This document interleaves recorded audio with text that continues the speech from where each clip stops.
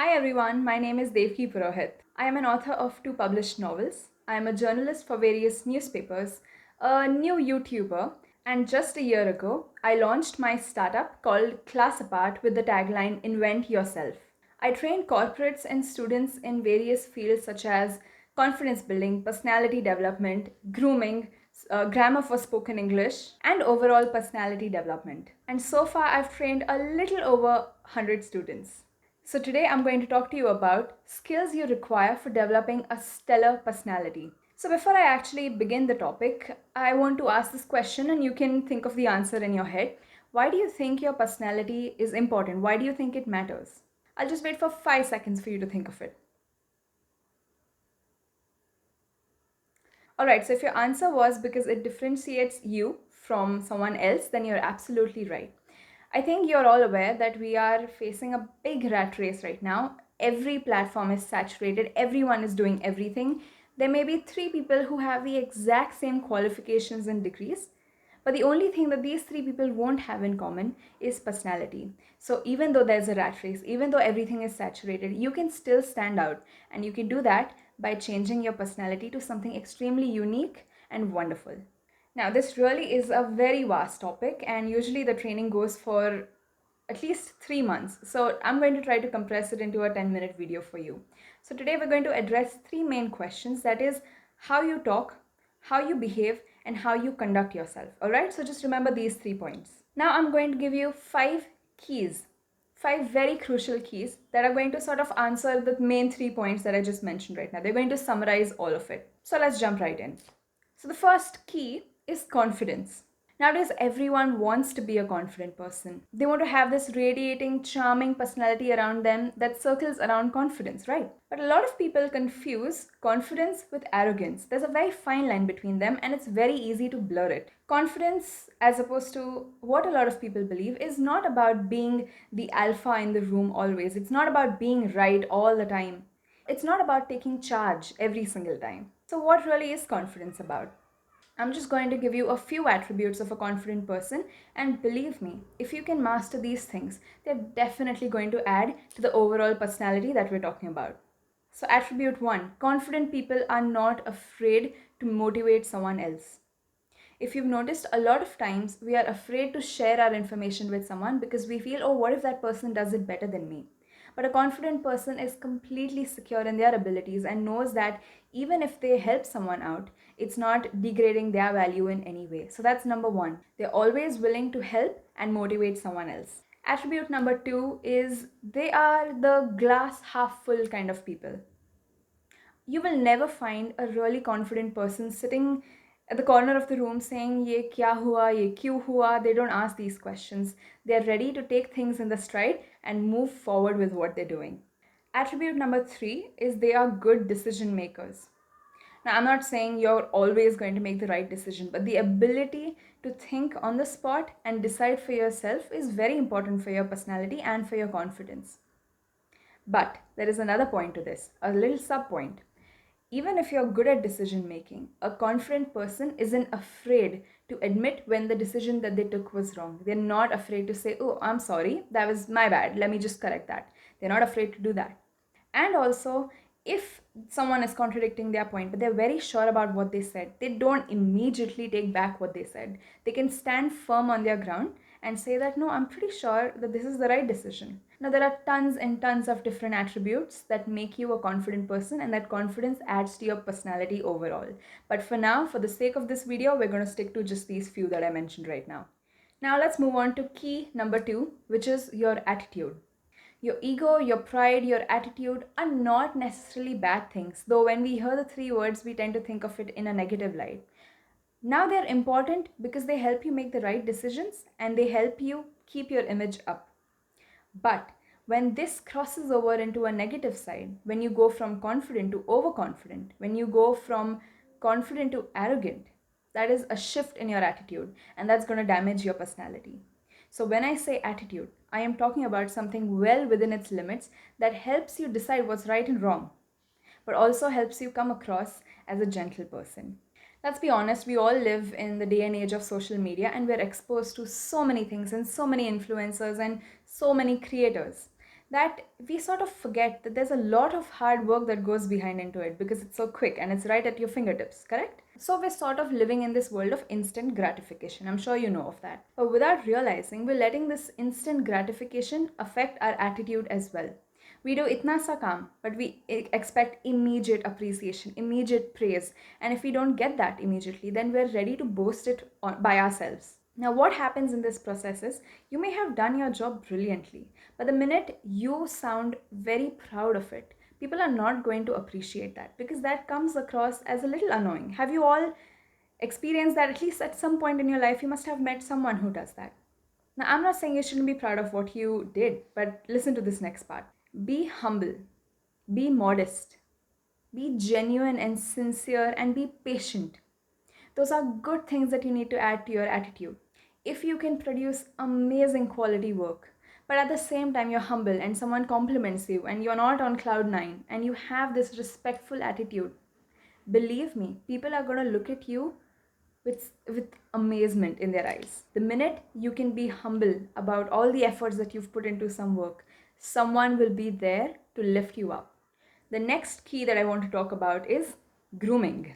Now, grooming again in itself is a vast topic. It encompasses everything from your hair to your nails to your face to the way you dress. So let's just touch upon all these points in a very brief way. Now, I am not saying that how you look should affect anything that you do in life. It should not affect any opportunities that you get. It shouldn't affect how you feel about yourself. But it is also absolutely true that you need to know how to groom yourself for the right occasion.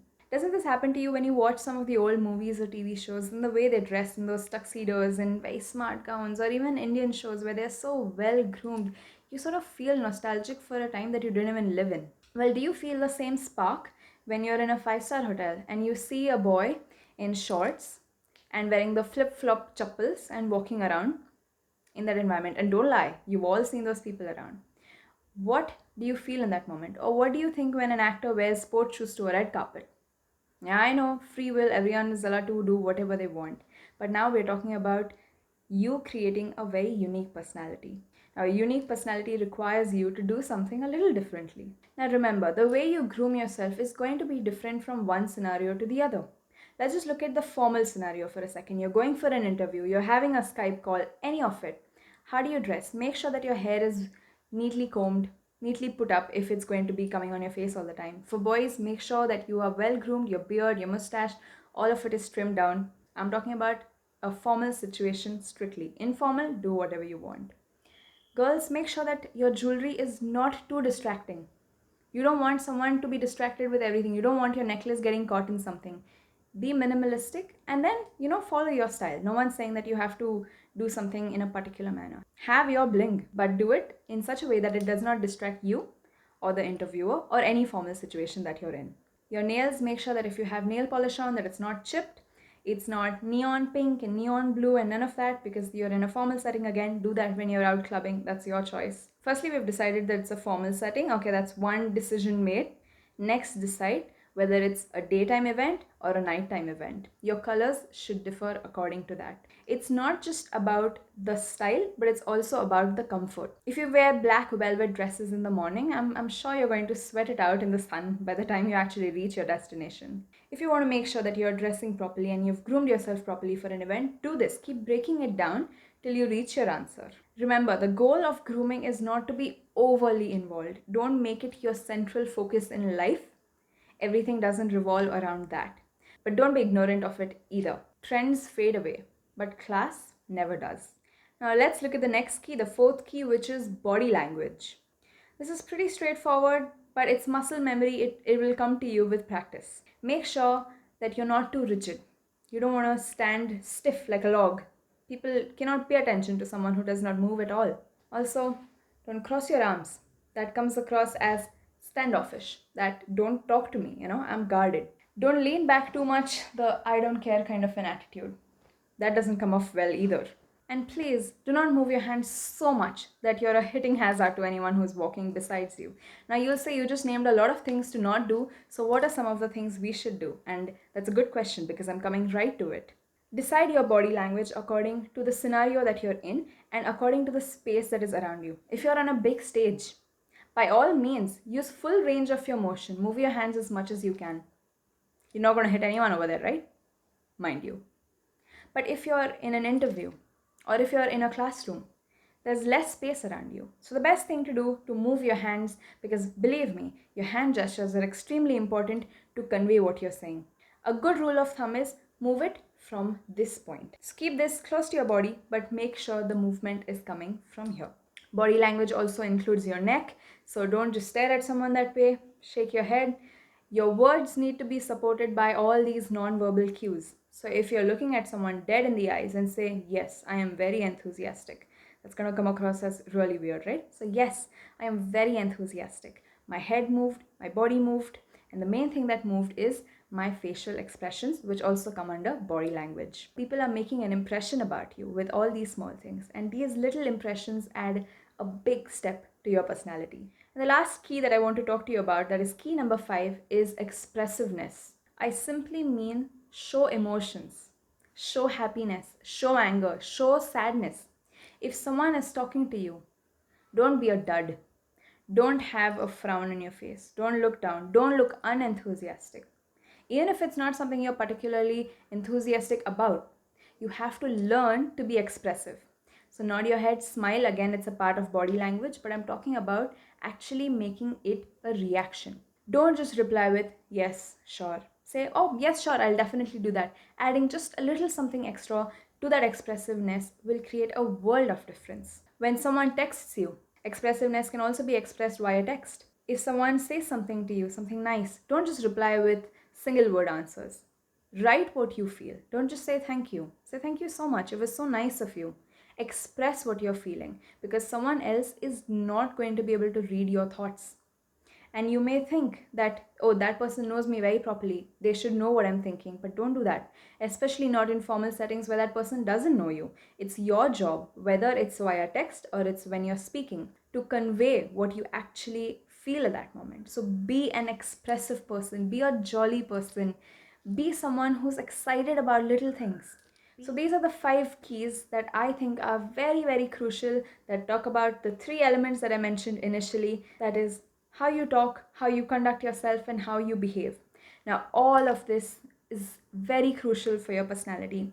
Try out these 5 tips. Like I said initially, it's a very, very, very vast topic. So I'm just trying to summarize it a little bit for you. So try out these 5 things. Incorporate anything that you may not have. If you have already incorporated all of these things in your life, see how you can get from here to here. So I hope you found this video helpful.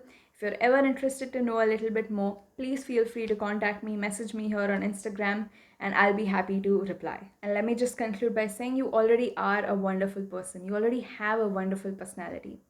But wonder and magic has no limitation, right? So with that, Devaki Purohit here, signing off. Thank you so much.